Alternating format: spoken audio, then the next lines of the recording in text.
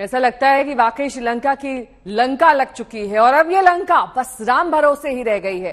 भारत का पड़ोसी देश श्रीलंका करीब करीब दिवालिया हो चुका है। श्रीलंका में इन दिनों हालात बेहद खराब हैं और यहां अस्पतालों में दवाइयां खत्म होने लगी हैं। पेट्रोल और डीजल की भारी किल्लत के बाद पंप पर सेना तैनात कर दी गई है। यहां खाने पीने की चीजों की कीमत आसमान छू रही है। आलू, प्याज और मूली जैसी सब्जियां 200 रुपए से लेकर 400 रुपए किलो तक बिक रही हैं। तो देश में पेट्रोल और डीजल लगभग खत्म हो चुका है। लोग केरोसिन और एलपीजी सिलेंडर के लिए घंटों के हिसाब से लाइन में खड़े हुए हैं। आलम यह है कि श्रीलंका में पब्लिक का गुस्सा 7वें आसमान पर है।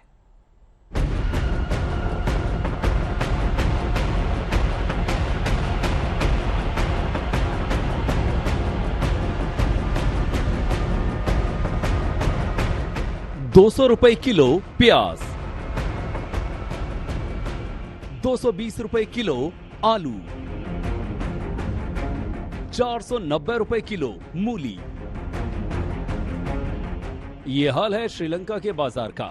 हर एक सामान की कीमत आसमान छू रही है। पाकिस्तान से आने वाला काले धब्बे वाला आलू इस वक्त श्रीलंका के बाजार में 200 रुपए से ज्यादा कीमत पर बिक रहा है, जबकि भारत से मंगवाए गए प्याज की कीमत भी कम आंसू नहीं निकाल रहा। वो भी 200 रुपए किलो के हिसाब से ही बेचा जा रहा है। संकट से जूझ रहे श्रीलंका में खाने पीने के सामान के दाम आसमान पर हैं। ताजा आंकड़ों के अनुसार श्रीलंका में अभी टमाटर के भाव 150 रुपए किलो श्रीलंकाई रुपए पर पहुंच गए हैं। इसी तरह मूली का भाव 490 रुपए प्रति किलो हो गया है। सब्जियों के दाम, अनाज के दाम कई गुना ज्यादा बढ़ चुके हैं। यही तस्वीर और बदहाली श्रीलंका के सामने ये सवाल खड़ी करती है कि जब तक उसका कर्ज पूरा नहीं होगा, दुनिया के और देश, कई वित्तीय संस्थाएं, आईएमएफ जैसी वित्तीय संस्थाएं उसकी मदद नहीं कर पाएंगी। एक जिम्मेदार पड़ोसी के नाते भारत अपनी ओर से हर संभव मदद तो कर रहा है, लेकिन सवाल ये है कि नई सरकार बनेगी, नए चेहरे आएंगे, लेकिन इस देश का मुस्तकबिल आखिर बदलेगा कैसे? पड़ोसी देश श्रीलंका की हालत पिछले कुछ महीनों से बेहद खराब है। आर्थिक मोर्चे पर दिक्कतों से शुरू हुआ संकट अब राजनीतिक अस्थिरता के हालात पैदा कर चुका है। जनता की बगावत के बीच श्रीलंका के राष्ट्रपति गोटाबाया राजपक्षे इस्तीफा देने वाले हैं, जबकि प्रधानमंत्री रानिल विक्रमसिंघे पहले ही इस्तीफा दे चुके हैं।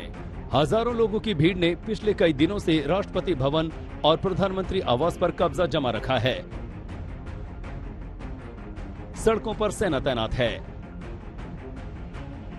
और पीएम, राष्ट्रपति समेत तमाम बड़े नेता अंडरग्राउंड हो गए हैं। श्रीलंका में आलू, प्याज और टमाटर जैसी आम इस्तेमाल की सब्जियों के दाम बढ़ने से श्रीलंका के लोगों की परेशानियां भी आसमानी हो गई हैं। सब्जियों के दाम में ऐसे समय आग लगी है जब पहले से ही श्रीलंका में डीजल, पेट्रोल की कमी हो चुकी है।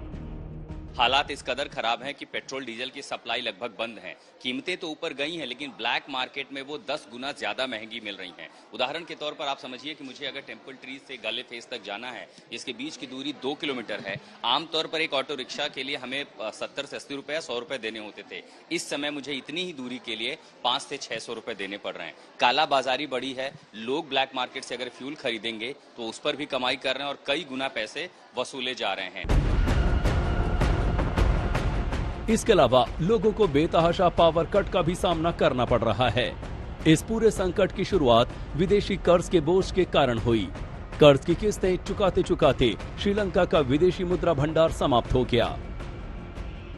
यूं तो बीती रात तक ये पियानो यहाँ संगीत दे रहा था। तमाम सारे जो लोग हैं, यहाँ के युवा प्रदर्शनकारी, यहाँ के स्थानीय नागरिक, जिसको भी संगीत का ज्ञान है, वो इस प्रधानमंत्री आवास पर लग्जरी पियानो का लुत्फ उठा रहे थे। यहाँ गीत संगीत का माहौल देर रात तक था, लेकिन उन्हें इस बात की भी फिक्र है कि भले सरकार बदल जाएगी, नए राष्ट्रपति, नए प्रधानमंत्री आ जाएंगे, लेकिन क्या वो श्रीलंका को एक नया सवेरा, एक नया भविष्य दे पाएंगे? यूं तो ये देश 2018-19 से ही कर्ज के जाल में फंसता जा रहा था। लगातार उस पर कर्ज बढ़ता जा रहा था। ऊपर से कोरोना ने हालत और बिगाड़ दी और अब हालत ऐसी है कि उसका विदेशी मुद्रा भंडार खत्म हो चुका है। इतने पैसे भी नहीं कि वो तेल और रसोई गैस का आयात कर सके।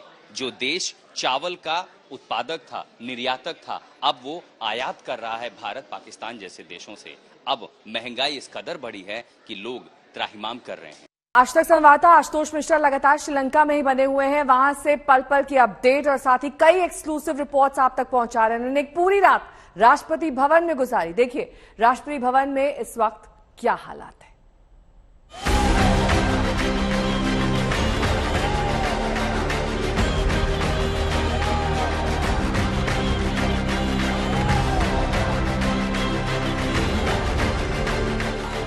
महीनों से प्रदर्शन चला आ रहा है। गुस्सा इस कदर टूटा कि 9 जुलाई को हिंसा भी इस शहर में हुई, इस राजधानी में हुई।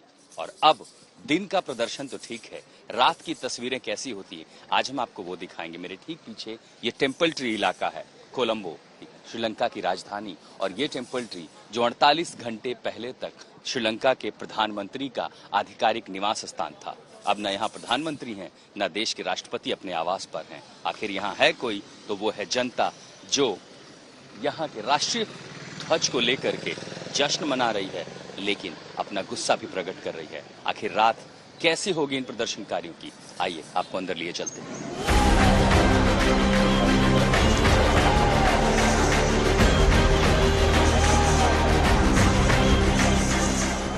घड़ी में 10 बज चुके हैं और जब सड़कों पर सन्नाटा होता है, लोग अपने घरों पे लौट जाते हैं। पिछले 2 दिनों से क्या दिखाई पड़ता है, फिर चाहे वो राष्ट्रपति का घर हो या प्रधानमंत्री का घर हो, आपको इस अहाते में जो तस्वीर दिखाई पड़ेगी वो ये कि बच्चे, महिलाएं, बुजुर्ग, बड़े, युवा, हर कोई यहाँ पर जमा हुआ है। अब ज्यादातर तो प्रदर्शनकारी हैं, लेकिन बहुत सारे ऐसे आगंतुक हैं जिन्होंने इस पूरे इलाके को देखा ही नहीं था और रात को वो यहाँ जमे हुए हैं।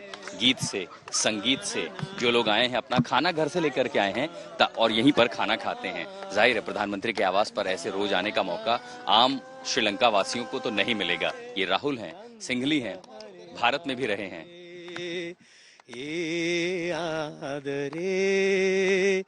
विकसितवत कमले नेत बांबुरुन पतले।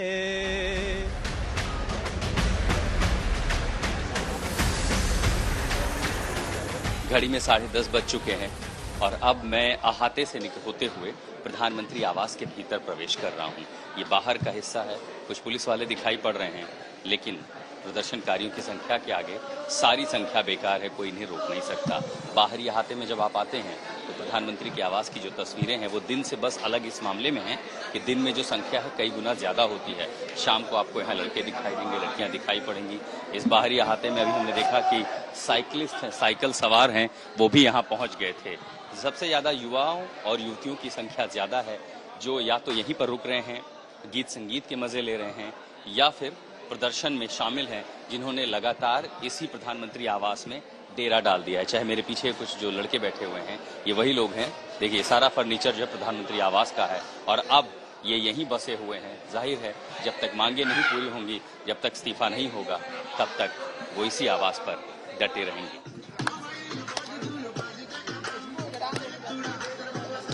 खाना खाने के बाद आमतौर पर लोग आराम करने जाते हैं, सोने जाते हैं, लेकिन प्रधानमंत्री आवास पर आधी रात को ये युवा प्रदर्शनकारी गीत संगीत पर थिरक रहे हैं। इनके लिए ये जश्न का मौका है, क्योंकि राष्ट्रपति ने ऐलान किया है कि वो इस्तीफा देंगे। सिंघली गाने हों, अंग्रेजी गाने हों, यहाँ तक कि बॉलीवुड की धुन भी यहाँ बहुत मशहूर है और कच्चा बादाम गाना तो शायद फेवरेट है, 3 बार बजा चुके हैं और अब ये नाचने गाने का समय है इन युवा प्रदर्शनकारियों के लिए।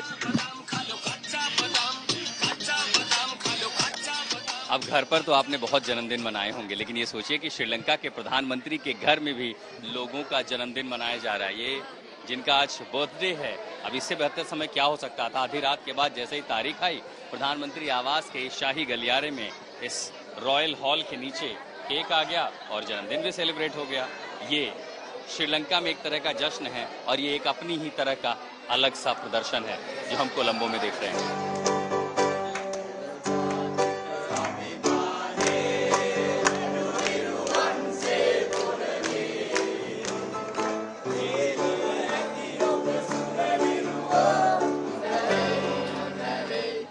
रात के 2 बजते ही नींद सुला देती है, फिर चाहे आप थके हों या ना थके हों। 2 दिनों से आक्रोशित होकर के उग्र प्रदर्शन कर रहे इन युवा प्रदर्शनकारियों की आंखों में मुझे थकान नहीं दिखाई पड़ती। इसीलिए रात के 2 बजे भी यहाँ जश्न का माहौल है।